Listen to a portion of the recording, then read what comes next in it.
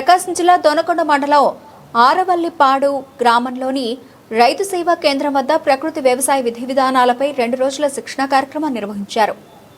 ఈ శిక్షణలో community resource persons, గ్రామ వ్యవసాయ సహాయకులు, బహుళార్థ ప్రయోజన విస్తరణ అధికారులు పాల్గొన్నారు. మొదటి రోజు శిక్షణలో మండల వ్యవసాయ అధికారి వి బాలకృష్ణ నాయక్ మాట్లాడుతూ ప్రకృతి వ్యవసాయం ద్వారా భూమి ఆరోగ్యాన్ని కాపాడడంతో పాటు మన ఆరోగ్యం మెరుగుపడుతుందని, నీటి మరియు వాతావరణ కాలుష్యాన్ని తగ్గించవచ్చని తెలిపారు. అందరూ ప్రకృతి వ్యవసాయ విధానాలను పాటించాలని ఆయన సూచించారు.